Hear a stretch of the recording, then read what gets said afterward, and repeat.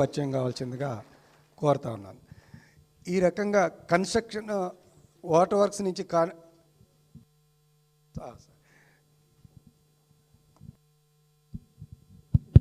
కిరిబి union general secretary ఇచ్చారు, వారిని కూడా పరిచయం కావాల్సిందిగా కోరుతున్నాను. మాధవరావు గారు.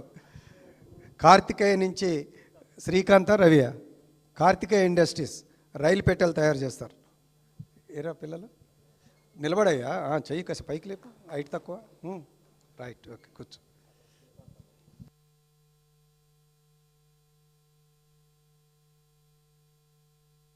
మయూరా కంపెనీ నుంచి వచ్చారు, యూరోఫ్లెక్స్ నుంచి వచ్చారు శ్రీకాంత్. యూరోఫ్లెక్స్ నుంచి కుకట్పల్లి. మయూరా నుంచి వచ్చారు సంతోష్. మయూరా కొంచెం థ్యాంక్ యూ అన్న. సీనాన్ వచ్చాడు, మన ఉద్యోగ సంఘాల నాయకులు అన్నాడు. ఇంకోటి తెచ్చుకో బాబు, ఇంకో చేరేయండి.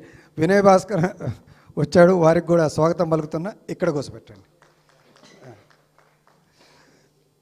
శివ, వినయ్ అన్నను కూర్చున్నాక అవతలను అడ్జస్ట్ చేయండి. మీరు అసలు జరగండి అట్లా. శ్రీహరి అన్నని ఇటే ఉండని ఇచ్చేటట్టు చూడండి. అయిపోయిందా? ఎలక్ట్రిసిటీ యూనియన్ నుంచి ప్రమోద్ వచ్చాడు, వారిని కూడా కూర్చోవాల్సింది కూర్చోండి. ఇక టెన్కి రావకుండా అట్లా అట్లా అండి. మిత్రులారా, ఇక అడ్జస్ట్ అవ్వండి. ఇక ఎవరన్నా వచ్చినా చివరిలో పరిచయం చేస్తా. మన కార్యానికి వద్దాం. మిత్రులారా, నేను ఒక 2-3 మినిట్స్ ఈ బిల్స్ని, ఈ డాక్యుమెంట్ రెండింటిని కూడా ఇంట్రడ్యూస్ చేస్తాను. దాన్ని బేస్ చేసుకొని జనరల్ సెక్రటరీలు లేదనుకుంటే ఈ సబ్జెక్టు మీద యూనియన్కి సంబంధించిన వాళ్ళు మాట్లాడాలి. ఆ తర్వాత అతిథులు మాట్లాడతారు. మొట్టమొదటి ఏంటంటే, ఈరోజు బీజేపీ ప్రభుత్వం దేశభక్తితోటి అధికారంలోకి వచ్చింది.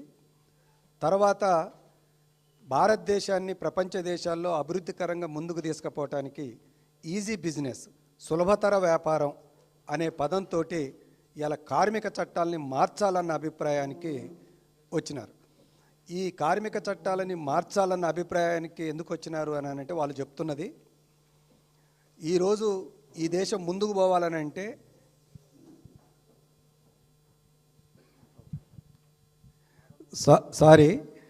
Gig workers union state president Nagesh Yadav వచ్చారు, వారిని పరిచయం కలుగుతున్నా.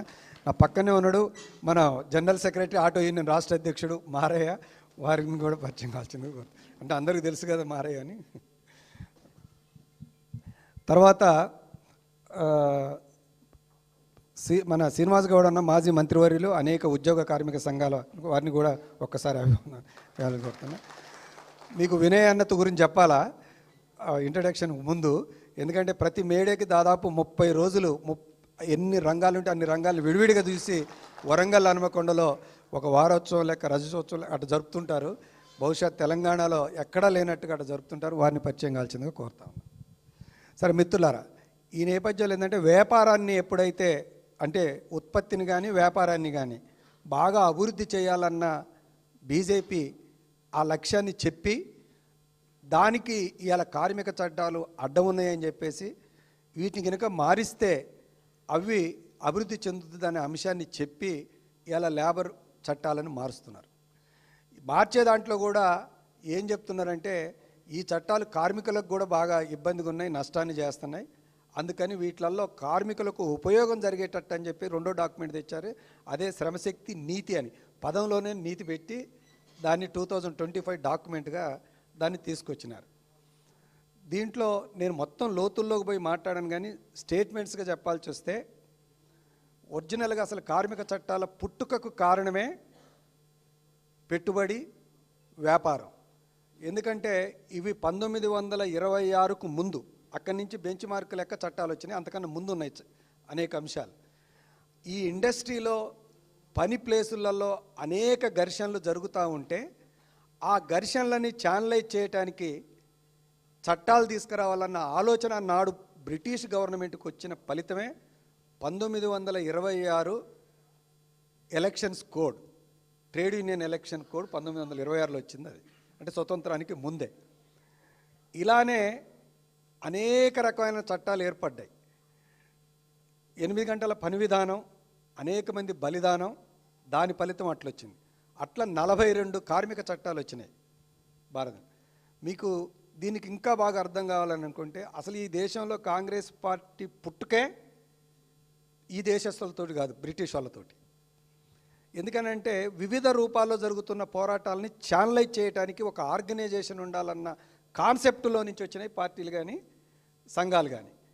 దానికి ఇవాళ బీజేపీ ఇంకొక భాష్యం చెప్పి ఇవాళ ఈ కార్మిక చట్టాలని 29 చట్టాలని ఆ 4 కోడ్లుగా మార్చినారు. మార్చి వీటిని ఇవాళ మన భారతదేశంలో ఏప్రిల్ 1, 2026 నుంచి అమలు జరుగుతాయని చెప్పేసి నవంబర్ 21న వీటిని కేంద్ర కార్మిక శాఖ మంత్రి ప్రకటించాడు. ఇక్కడ లోతుల్లోకి చాలామంది పోవడం లేదు, నేను అందులో పోవాలన్న కూడా చాలా పెద్ద గ్రంథం ఇది. కానీ రేఖ మాత్రంగా ఒక 2-3 పాయింట్లు మాత్రమే ఎందుకు మనం ఇవాళ వీటిని వ్యతిరేకిస్తున్నాం అని చెప్పడానికి చెబుతాను. ఉదాహరణకి ఎంతమంది చచ్చిపోతే 8 గంటల పని విధానం వచ్చిందో మీ అందరికీ ఐడియా ఉంది. 8 గంటల పని విధానాన్ని ఎట్లా ఈరోజు రద్దు చేస్తున్నారో, ఇంతకుముందు ప్రతిరోజు 8 గంటలు పని చేస్తే అంతకన్నా 1 గంట ఎక్కువ పని చేసినా 2 గంటలు ఎక్కువ పని చేసినా ఓటీ వచ్చేది. ఇది రూల్. ఇప్పుడు దీన్ని సింపుల్గా ఏం చేసిండంటే 6 రోజులు 48 గంటలు దాడితే మీకు ఓటీ వస్తుంది అన్నాడు. అంటే ఒకరోజు 12 గంటలు చేయించుకోవచ్చు, ఒకరోజు 14 చేయించుకోవచ్చు, ఒకరోజు ఏం చేయించుకోకుండా ఇంటికి పంపచ్చు. ఓ రోజు కంపెనీకి వచ్చిన వాడిని